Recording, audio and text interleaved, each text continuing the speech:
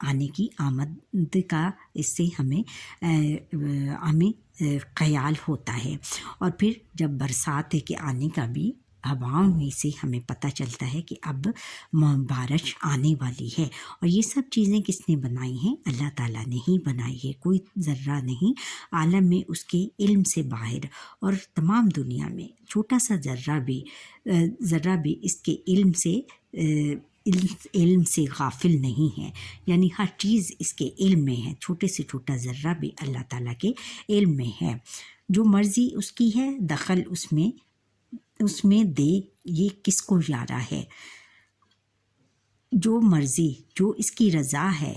اللہ تعالیٰ کی جو رضا ہے، جو اللہ تعالیٰ کی رضا ہے، دخل اس میں کوئی دخل نہیں دے سکتا، اس میں کوئی دخل نہیں دے سکتا۔ یہ کس کی ضرورت ہے؟ اللہ تعالیٰ کی جو کائنات ہے، جو جس طرح وہ چلا رہا ہے، اس کی مرضی کے آگے کوئی دخل نہیں دے سکتا۔ ہر موسم اپنے مقرر وقت پر آتا ہے، جاتا ہے، اور چھوٹا سا ذرہ بھی اللہ تعالیٰ کی علم میں ہے، اور اس کو بھی اللہ تعالیٰ بڑی محنت سے بناتا ہے۔ کوئی کرو اطاعت خدا کی، بس وہی معبود برحق ہے۔ یہ سب چیزیں بیان کرنے کے بعد شاعر کہتا ہے کہ تم کرو اطاعت اللہ تعالیٰ کی عبادت کرو، کیونکہ وہی محبوب برحق ہے، کیونکہ وہی حقیقی معبود ہے، وہی حقیقی رب ہے،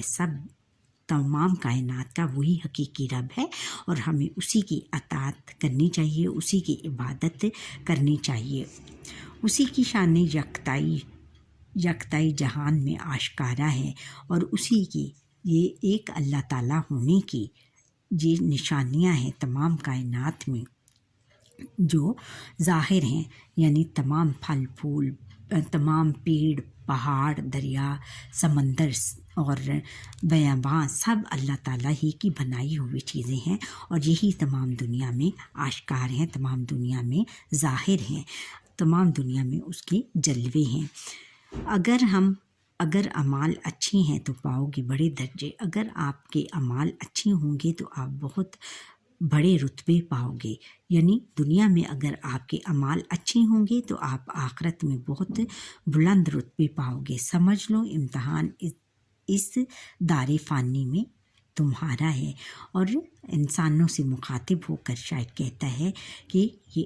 آپ سمجھ لو کہ یہ دار فانی دنیا میں تمہارا امتحان ہے، یعنی تمہیں امتحان کے لیے دنیا میں بھیجا گیا ہے، یعنی دنیا جو ہے وہ آپ کی امتحان گاہ ہے، اور اس میں آپ نے اچھے اعمال کرنے ہیں، جو بھی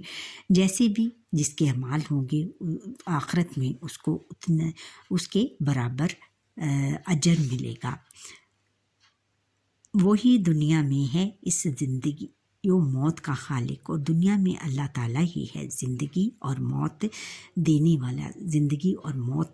والا، پیدا کرنے والا، یعنی پیدا کرنے والا اللہ تعالیٰ ہی ہے، جو کہ زندگی بھی دیتا ہے اور موت بھی دیتا ہے ہر ایک کو اپنی مرضی سے جلایا اور مارا ہے، اور اللہ تعالیٰ ہی نے اپنی رضا سے، اور اللہ تعالیٰ ہی کی رضا سے سب جو ہے سب کو تازگی بخشی جاتی ہے، اور سب کو پھر ختم کر دیتا ہے، اور اپنی مرضی سے ہی اللہ تعالیٰ جو ہے وہ سب کو تازگی بخشتا ہے، یعنی سب کو زندگی دیتا ہے، اور سب کو پھر وہی ہے جو کہ سب کو ختم کرنے والا ہے۔ اسی کے حکم سے ہے رات دن کی یہ کمی بیشی، اور اللہ تعالیٰ ہی کے حکم سے یہ رات دن کی کمی بیشی ہوتی ہے، یعنی سردیوں میں دن چھوٹے اور راتیں لمبی ہوتی ہیں، اور گرمیوں میں دن بڑے اور راتیں چھوٹی ہوتی ہیں، اور یہ سب کس کے حکم سے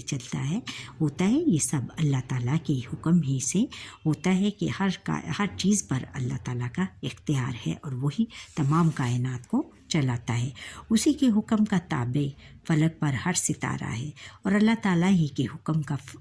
تابع فرما بردار آسمان پر ہر ستارہ ہے، اور ہر ستارہ جو یہ ستارے آسمان پر چمکتے ہیں وہ اللہ تعالیٰ کی حکم کی وجہ سے ہی جگمگاتے ہیں، ٹمٹماتے ہیں، اور اس میں ان میں جو روشنی ہے، جو رمق ہے، وہ اللہ تعالیٰ ہی کی وجہ سے ہے، اللہ تعالیٰ ہی نے ان کو دی ہے۔ اچھا، ٹھہریں اور بتائیں معبود برحق سے کیا مراد ہے؟ معبود برحق سے مراد اللہ تعالیٰ کی ذات ہے۔ دار فانی کا مطلب کیا ہے؟ دار فانی کا مطلب دنیا ہے بچوں۔ ہم نے سیکھا اللہ تعالیٰ اس کائنات کا خالق و مالک ہے، کہ اللہ تعالیٰ جو ہے یہ اس کائنات کا، اس دنیا کا خالق و مالک ہے، پیدا کرنے والا اور مالک ہے۔ دنیا کی ہر چیز اسی کے حکم کی تابع ہے، اسی کے حکم کی فرما بردار ہے، اسی کے حکم کی طلبگار ہے، اسی کے حکم پر چلتی ہے، اور اسی کے حکم، جب اس کا حکم ہوتا ہے تو ہر چیز اس کے تابع ہے، اس کے یعنی اس کے حکم کے بغیر کوئی پتا بھی نہیں ہل سکتا اس دنیا میں۔